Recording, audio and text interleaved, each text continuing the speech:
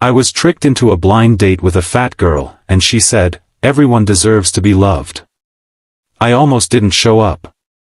My buddy Mike had spent 2 weeks hyping this amazing girl he wanted to set me up with. "Trust me, Jake," he kept saying. "She's perfect for you, funny, smart, kind. You'll thank me later." He showed me one blurry photo where she was half turned away, laughing at something off camera. Cute enough. I figured, why not? It had been months since my last date, and I was tired of scrolling through apps where everyone looked like they'd been airbrushed by a committee. So there I was, standing outside the little Italian place downtown on a chilly Friday night, checking my watch and rehearsing how I'd politely bail if things went south. Then she walked up. She wasn't the girl in the photo. Not even close. Emily, that was her name, was easily 250 pounds, maybe more. Her dress was pretty, dark green and flowing, but it couldn't hide the obvious. My stomach dropped. I felt the heat rush to my face. Mike hadn't just exaggerated, he'd flat out lied. This was a prank. Had to be. "Jake?" she asked, smiling like she already knew the answer. "Yeah, hi. Emily?" She nodded, still smiling, and stuck out her hand. I shook it awkwardly, already calculating how fast I could end this nightmare. We went inside. The hostess sat us at a cozy corner table with a red checkered cloth and a candle flickering in a Chianti bottle. Romantic, sure, if you were with someone you actually wanted to be with. I barely looked at her while we ordered. I kept my eyes on the menu, on my phone, on the waiter, anywhere else. She tried to make conversation, asked about my job, graphic design, my dog, a rescue mutt named Max, what kind of music I liked. I gave short answers. One syllable whenever possible. Inside, I was fuming at Mike. How could he do this to me? Did he think it was funny? Was there a hidden camera somewhere? Emily didn't seem to notice, or if she did, she didn't let on. She talked easily, warmly, like we were old friends. She told me she worked as a pediatric nurse, loved old movies, and had a weakness for tiramisu. Her laugh was loud and genuine, a few people glanced over. I wished I were anywhere else. Halfway through the main course, she set her fork down and looked at me straight on. "You're angry," she said quietly. I opened my mouth to deny it, but the lie stuck in my throat. "I get it," she went on. "Mike showed me the same photo he showed you. He didn't tell you what I really look like, did he?" I couldn't speak. I just stared at my plate. "He thought if he was honest, you'd say no," she said. "He's been trying to set me up for months. Guys take one look at my picture, the real one, and suddenly they're too busy. So he improvised." I finally met her eyes. They weren't accusing. They were just tired.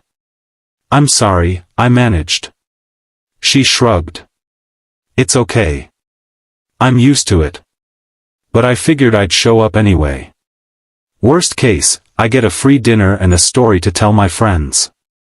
I felt about 2 inches tall. Then she smiled again, smaller this time, but real. "Everyone deserves to be loved, Jake. Even people who don't look like the photos on dating apps. Even people who take up more space than you expected." The words landed like a punch I didn't see coming. I thought about all the times I'd swiped left without a second thought. All the shallow reasons I'd given myself for why someone wasn't my type. I thought about the girls I'd dated who were beautiful on the outside but cold on the inside, and how I'd still chase them anyway. Emily kept eating, calm as anything. She didn't need me to rescue her or feel sorry for her. She was just there. Being herself. After a long silence, I asked, "Why did you stay? You could have left the second you saw my face." She considered it. "Because I believe people can surprise you. And because I didn't want to punish you for something you didn't know was coming. That wouldn't be fair." We talked for another hour. Really talked. She told me about the kids on her ward, one little boy who'd drawn her a picture of a superhero that looked just like her. I told her about the logo I'd been struggling with for weeks, and she actually listened, asked good questions, made a suggestion that sparked something useful. When the check came, I reached for it without thinking. She didn't protest. Outside on the sidewalk, the air was colder. She pulled her coat tighter. "Well," she said, "thanks for not bolting. That's a new record." I laughed, actually laughed, for the first time all night. "Emily, can I walk you to your car?" She raised an eyebrow. "You don't have to." "I know. I want to." We walked slowly. Neither of us was in a hurry. At her car, she turned to me. "You don't owe me anything, Jake. Tonight doesn't have to mean more than it does." I nodded. Then, before I could overthink it, I said, "What if I want it to mean more? Coffee next week?" My treat. No tricks this time. She studied my face, looking for the catch. When she didn't find one, her smile came back, wide, bright, unashamed.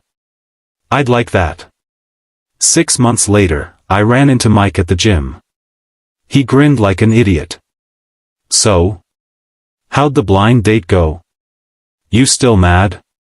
I thought about Emily, how she sings off-key in the car, how she cries at commercials with puppies, how she makes everyone around her feel seen. "Yeah," I told him. I was mad. For about 20 minutes. "Best trick you ever pulled, man." He looked confused. I just smiled and walked away. Because some people don't fit the picture you had in your head. And sometimes, that's exactly how you find the ones who fit your heart. Everyone deserves to be loved. Turns out, Emily was right, and I'm the lucky one who got to learn it from her.